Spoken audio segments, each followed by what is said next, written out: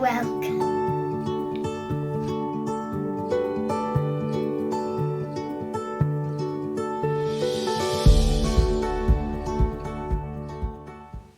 Hi everyone, how did you get on with your rock painting last week?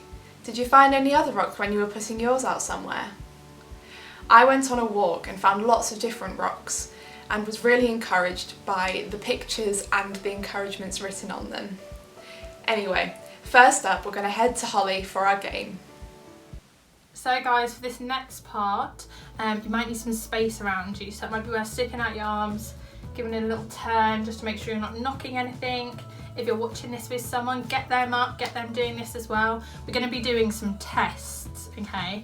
And I think they're pretty easy and you'll be able to get them no problem. So the first test we're going to do is a simple standing on one leg for 10 seconds. So I'll count us down and then we'll go. Are you ready? 3, 2, 1, go.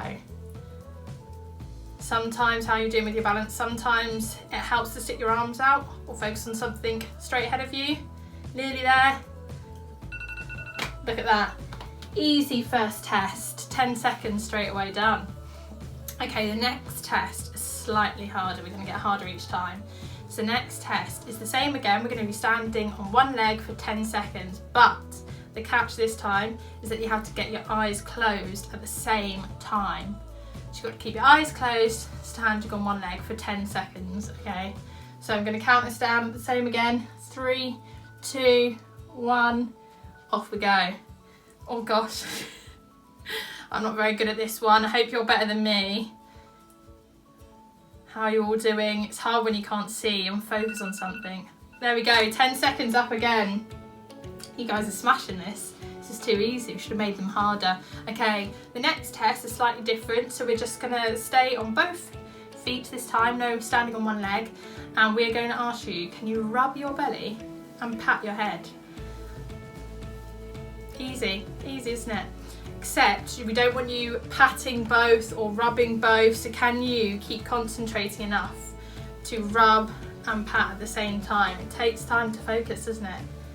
But if this is really easy for you, you might even want to try and make a funny shape with your tongue at the same time. Let's try and do something funny. I can do that, turn my tongue upside down. But you can do something really cool. There we go, nice and easy that one. Okay, and the final test now guys. So we did standing on one leg. We did standing on one leg with your eyes closed. We're going to change it up this time and we're going to do standing on one leg with a book, balancing on your head.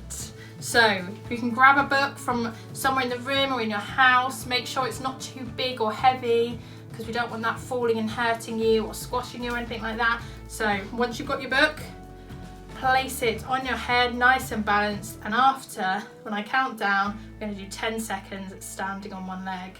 Are you ready? 3, 2, 1, go. And let go of that book as well, no cheating. See how many of you can last 10 seconds. Oh, look at that. Brilliant guys, you did so well and you have now completed all your tests. So how did you manage all of the tests? Did anyone manage to complete all of them? Personally, I found the one with my eyes closed very tricky and fell over.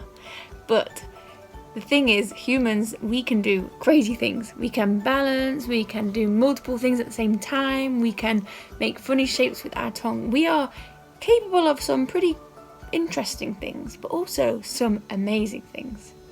And Jesus, do you think he would be able to stand on one leg with his eyes closed? I don't know. Maybe, maybe not. But I imagine he'd have been able to give it a good go, because you know Jesus was fully human, just like me and you are fully human. Now there is a slight difference because we also have to remember that Jesus is fully God as well, and of course we are not. But Jesus being fully human does mean that he understands exactly what it's like to be human, to be like us, to walk on this earth, to talk, to feel happy or to feel sad and everything in between, to find things difficult, to do amazing things. Jesus understands what that's like. And Jesus knows as well that we are capable of incredible things, especially when we have the help of God on our side. We are capable of doing incredible things and of being incredible friends to people around us.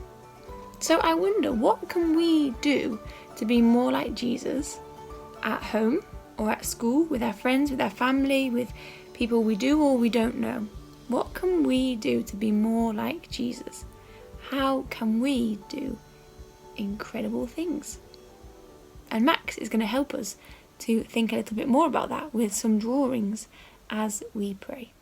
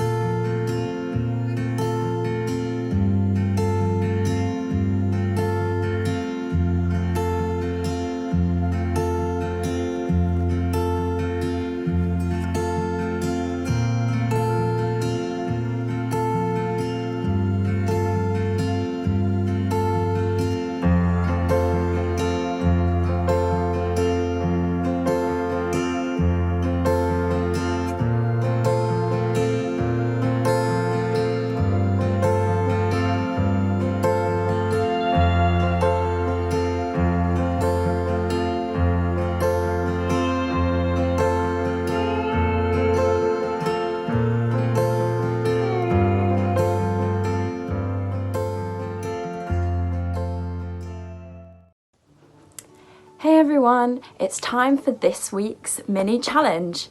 This week you are going to need your mini gingerbread cutter, and this is because we are going to be doing some baking. Baking is a great way to cheer people up and to show them that you love them, and so why don't this week you bake some gingerbread men or something, anything but gingerbread men with your little mini cutters, and share them with your friends or people that live near you. And when you share it with them, it would be a great idea to pray for these people as you share the gift of your baking with them. I love baking and I love sharing it with my friends, and I know that Maggie does too, and she is going to tell us a story about baking now. I really enjoy baking, and something I've enjoyed even more is baking gifts for other people. The joy on their faces as they receive it really makes our days. Don't forget to check out the extra information in the description of the video. This includes a gingerbread recipe and pictures of some super fun baking, including the one Maggie talks about. Hope you all have a great week. Bye!